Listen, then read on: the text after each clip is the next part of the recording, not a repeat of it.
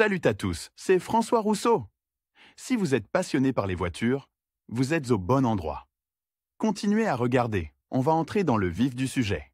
Les moteurs diesel modernes, qui présentent de nombreux avantages incontestables, ont certains goulets d'étranglement, des faiblesses qui affectent parfois négativement le fonctionnement de la machine. Parmi ces faiblesses, les experts automobiles pointent souvent du doigt les bougies de préchauffage, communément appelées bougies de préchauffage. Malgré leur conception presque parfaite, ces dispositifs déçoivent souvent le conducteur, en particulier par temps froid. Qui d'entre nous n'a pas été témoin du fait qu'en hiver, lorsque le thermomètre descend en dessous de zéro, ce dispositif cesse soudainement de remplir sa fonction principale, démarrer un moteur froid, laissant littéralement tomber le propriétaire de la voiture. Cependant, la pratique a prouvé de manière convaincante qu'il est possible de remédier à ce défaut, même par ses propres moyens, sans avoir recours à l'aide des stations-service, et de manière très efficace. L'essentiel est de savoir comment contrôler les bougies de préchauffage. Signe de dysfonctionnement des bougies de préchauffage,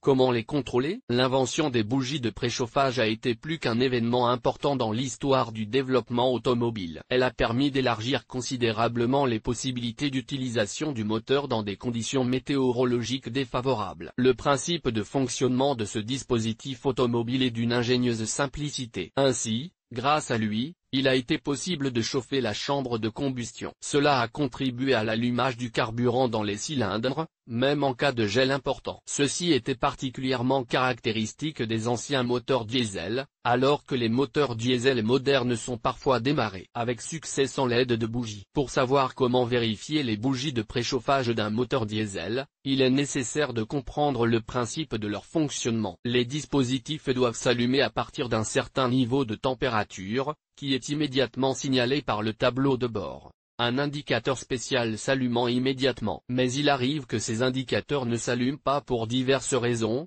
ce qui indique au conducteur que les dispositifs ne fonctionnent pas correctement. Naturellement, le moteur ne démarre pas ou se comporte de manière anormale. En particulier, lorsqu'il démarre, le tuyau d'échappement émet une fumée d'un blanc et d'un lilas peu naturel. Cela prouve que, bien que le carburant entre dans le moteur, il n'est pas encore enflammé. Une autre preuve typique de dysfonctionnement est le fait qu'au ralenti, le moteur tourne de manière irrégulière, comme s'il haletait, par à-coups. Comment vérifier les bougies de préchauffage sans les dévisser sur le moteur? Au fil des nombreuses années d'utilisation de ces dispositifs, plusieurs méthodes productives ont été mises au point pour les contrôler sans les dévisser du moteur. Les variantes de contrôle à l'aide d'une batterie, d'un multimètre, d'un test d'étincelles, etc. sont courantes et très efficaces. Les conducteurs expérimentés peuvent parfois vérifier avec succès l'état de ces bougies sans utiliser d'appareil supplémentaire, uniquement par une méthode visuelle. Lire aussi, roue chauffante de la voiture, quelles sont les causes et comment les éliminer? Comment vérifier la bougie de préchauffage à l'aide d'une ampoule électrique? Il s'agit de la méthode la plus populaire et la plus demandée. Les bougies de préchauffage sont déconnectées de l'alimentation électrique pour des raisons d'assurance. On prend ensuite une ampoule de 21 W, disons un feu de stationnement. Deux petits fils doivent être soudés à l'ampoule. L'extrémité de l'un d'entre eux est en contact avec la borne de la bougie à vérifier,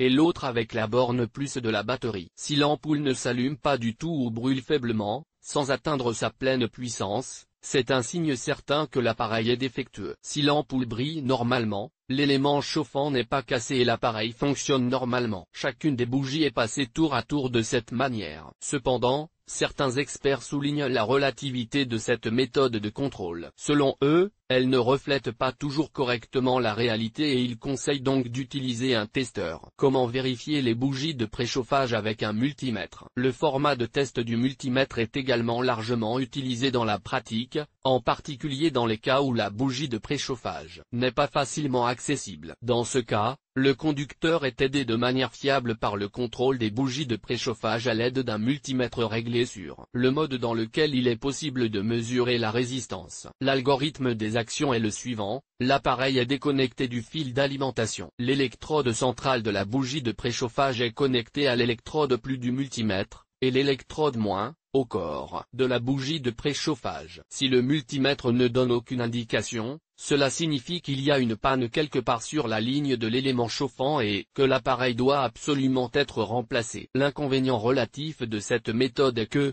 Lors du contrôle de la bougie à l'aide d'un testeur, il n'est pas facile de déterminer la faible lueur de l'élément chauffant. Une situation paradoxale se présente alors. L'appareil indique qu'il n'y a pas de panne, mais l'appareil chauffe mal la chambre. Contrôle des bougies de préchauffage avec une batterie. La particularité de la méthode de contrôle à l'aide d'une batterie est qu'elle permet de connaître séparément l'état de chaque bougie de préchauffage. L'inconvénient de cette méthode est qu'il faut dévisser chacune des bougies pour pouvoir les appeler. Comme de nombreux automobilistes le savent, les dévisser n'est pas une tâche agréable. La conception complexe de nombreux moteurs modernes ne permet pas d'accéder librement à ces dispositifs, de sorte qu'il faudra être long et patient pour les retirer. Lire aussi, ce qu'il faut savoir sur l'erreur P0011 et comment l'éliminer dans ce cas. L'algorithme des opérations de contrôle est également simple. Pour commencer, on prend la batterie et un petit bout de fil. La première bougie de préchauffage est enlevée. Une extrémité du fil est reliée au corps de la bougie et l'autre extrémité est reliée au pôle moins de la batterie. La borne plus de la pile est amenée à l'électrode centrale. Analysez ensuite la situation. Si l'élément chauffant chauffe intensément, il est clair qu'il n'y a pas de dysfonctionnement dans l'appareil. Si l'échauffement est faible ou ne touche que la pointe de la bougie de préchauffage, celle-ci est probablement défectueuse. À l'aide d'une batterie, il est également possible de vérifier le fonctionnement des appareils en contrôlant l'étincelle. La méthode est la suivante,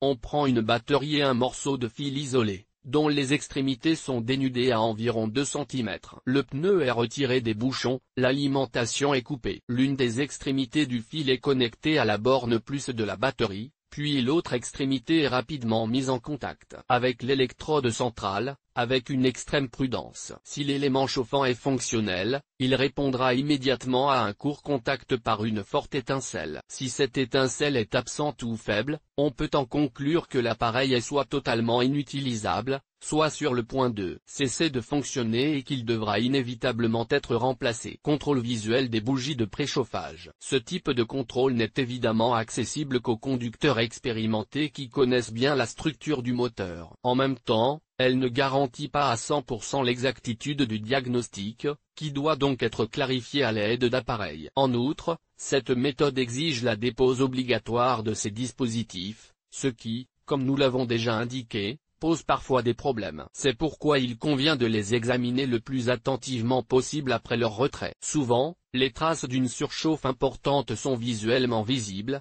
gonflement du boîtier, fissures, etc. Cela prouve l'existence d'une tension trop élevée, et le réseau de bord doit donc mesurer la tension à l'aide d'un multimètre. La défaillance du relais, qui sert au processus de filament, n'est pas à exclure. Une pointe fondue peut signifier des défauts tels qu'une injection prématurée de carburant, une mauvaise compression, une défaillance de la soupape de pression et d'autres pannes. Parfois, les appareils ne fonctionnent pas bien parce qu'ils n'ont pas de bon contact avec les barres omnibus qui les alimentent. Il faut donc les vérifier avec beaucoup de soin et de responsabilité, en faisant attention à chaque détail. Le même soin extrême est requis pour les dévisser et les visser, car si l'on exagère, la situation ne peut qu'empirer.